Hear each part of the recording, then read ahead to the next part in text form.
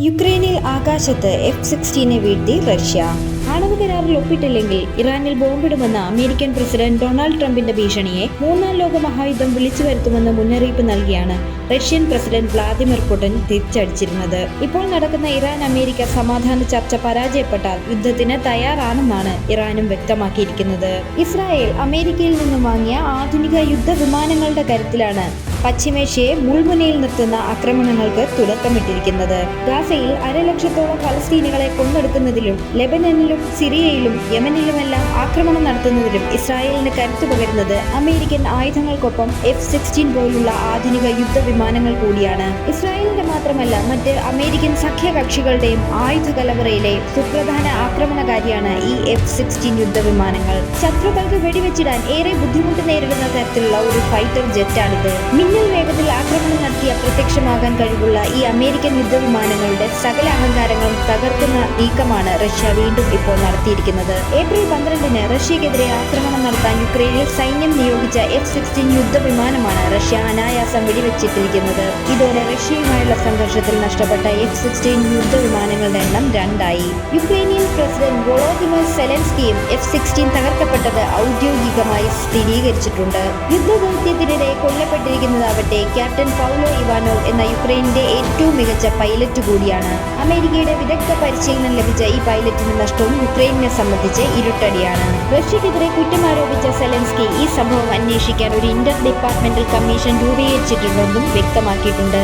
നിലവിൽ ഇതുവരെ യുക്രൈനിൽ 2 F-16 വിമാനങ്ങൾ തകർന്നതായാണ് സ്ഥിരീകരിച്ചിട്ടുള്ളതെങ്കിലും മറ്റ് 100 കണക്കിന് യുദ്ധവിമാനങ്ങൾ ഇതിനകം തന്നെ റഷ്യൻ ആക്രമണത്തിൽ തകർക്കപ്പെട്ടിട്ടുണ്ട്. അമേരിക്കയും മറ്റ് രാജ്യങ്ങളും ആകാശത്ത് സൃഷ്ടിച്ച സുരക്ഷാ കവചങ്ങൾ തകർത്താണ് രണ്ടാമത്തെ F-16 വിമാനവും റഷ്യൻ സേന പൊട്ടിച്ചു കളഞ്ഞിരിക്കുന്നത്. ഒരു F-16 വിമാനത്തിന്റെ അടിസ്ഥാന വില തന്നെ $63 ദശലക്ഷം വരും. കഴിഞ്ഞ ഓഗസ്റ്റിൽ അമേരിക്കൻ നിർമ്മിത വിമാനം ആദ്യമായി രാജ്യത്ത് വിന്യസിച്ചതിന് തൊട്ടു പിന്നാലെയാണ് ആദ്യത്തേത് നശിപ്പിക്കപ്പെട്ടിരുന്നത്. അതിന്റെ പൈലറ്റ് വ്യക്തമല്ലാത്ത സാഹചര്യത്തിൽ കൊല്ലപ്പെടുകയും ചെയ്തിരുന്നു. ഈ സംഭവവും ഒരു നീണ്ട അന്വേഷണത്തിന് കാരണമായിരുന്നു. ഇതിന്റെ യഥാർത്ഥ വസ്തുതയും ഇതുവരെ യുക്രൈനോ അമേരിക്കയോ പുറത്തുവിട്ടിട്ടുമില്ല.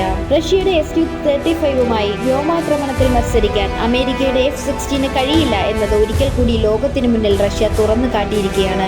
ഇതോടെ ലോക ആയുധ വിപണിയിൽ F-16 ഡിമാൻഡാണ് ഇടിയുന്നത്. എന്നാൽ ഈ വിമാനങ്ങൾ വാങ്ങിക്കൂട്ടിയ അമേരിക്കൻ സഖ്യകക്ഷികളും ഇപ്പോൾ വലിയ ആശങ്കയിലാണുള്ളത്.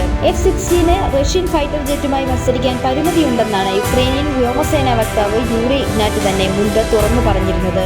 ഇതും അമേരിക്കയ്ക്ക് നാണക്കേടുണ്ടാക്കുന്ന കാര്യമാണ്. ഈ പ്രതികരണം വന്ന ഒരു മാസത്തിന് ശേഷമാണ് ഇപ്പോൾ രണ്ടാമത്തെ F-16 റഷ്യ വെടിവെച്ചിട്ടിരിക്കുന്നത്. വ്യോമയുദ്ധത്തിൽ യുക്രൈന്റെ കൈവശമുള്ള അമേരിക്കൻ യുദ്ധവിമാനങ്ങൾക്ക് നേരിട്ട് മത്സരിക്കാൻ കഴിയില്ല. Su-35 താരതമ്യേന പുതിയൊരു ജെറ്റ് ആയതിനാൽ നമുക്ക് സമഗ്രമായ മറ്റു മാർഗം വേണമെന്നാണ് ഇഗ്നാറ്റ് തുറന്നടിച്ചത്. യുക്രൈന്റെ ഈ നിലപാട് തന്നെയാണ് ഇസ്രായേലിനെ ആശങ്കപ്പെടുത്തുന്നത്. റഷ്യയുമായി ഏറെ അടുപ്പമുള്ള ഇറാന് അമേരിക്കൻ ആയുധങ്ങളെയും യുദ്ധവിമാനങ്ങളെയും തകർക്കാനുള്ള സംവിധാനങ്ങൾ റഷ്യ ഇതിനോടകം തന്നെ നൽകി കഴിഞ്ഞിട്ടുണ്ടാകുമെന്നാണ് ഇസ്രായേൽ സംശയിക്കുന്നത്. ആണവ കരാറിൽ ഒപ്പിട്ടില്ലെങ്കിൽ ഇറാനിൽ ബോംബിടുമെന്ന അമേരിക്കൻ പ്രസിഡന്റ് ഡൊണാൾഡ് ട്രംപിന്റെ ഭീഷണിയെ മൂന്നാം ലോക മഹായുദ്ധം വിളിച്ചു വരുത്തുമെന്ന മുന്നറിയിപ്പ് നൽകിയാണ് റഷ്യൻ പ്രസിഡന്റ് വ്ളാദിമിർ പുടിൻ തിരിച്ചടിച്ചിരുന്നത്. ഇപ്പോൾ നടക്കുന്ന ഇറാൻ അമേരിക്ക സമാധാന ചർച്ച പരാജയപ്പെട്ടാൽ യുദ്ധത്തിന് തയ്യാറാണെന്നാണ് ഇറാനും വ്യക്തമാക്കിയിരിക്കുന്നത്. രാജ്യത്തിന്റെ അഭിമാനം അടിയറവ് വയ്ക്കുന്ന ഒരു ഒത്തുതീർപ്പിനും ഇറാൻ തയ്യാറല്ലെന്നാണ് ആ രാജ്യത്തിന്റെ പ്രസിഡന്റും വ്യക്തമാക്കിയിരിക്കുന്നത്. ഒമാനിൽ നടന്ന ആദ്യഘട്ട ചർച്ചയും ഇനി നടക്കാനിരിക്കുന്ന 2ാം ഘട്ട ചർച്ചയും റഷ്യയുമായി ആശയവിനിമയം നടത്തിയ ശേഷം മാത്രമാണ് ഇറാൻ നടത്തുന്നതെന്നാണ് അന്താരാഷ്ട്ര മാധ്യമങ്ങൾ റിപ്പോർട്ട് ചെയ്യുന്നത്.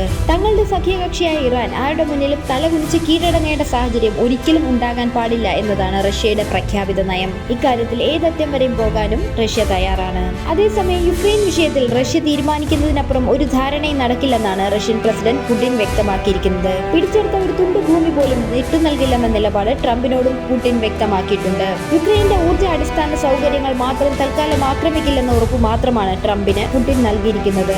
അമേരിക്കയുമായുള്ള ഈ ധാരണ തെറ്റിച്ച് യുക്രൈൻ നടത്തുന്ന ഏതാക്രമണത്തിനും വലിയ പ്രത്യാഘാതം തുടർന്ന് പ്രതീക്ഷിക്കാം എന്നതാണ് പുടിന്റെ നിലപാട്. അതിന്റെ പ്രതിഫലനമാണ് F-16 തകർത്തതിലൂടെ ലോകം ഇപ്പോൾ കണ്ടിരിക്കുന്നതെന്ന് പറയാം.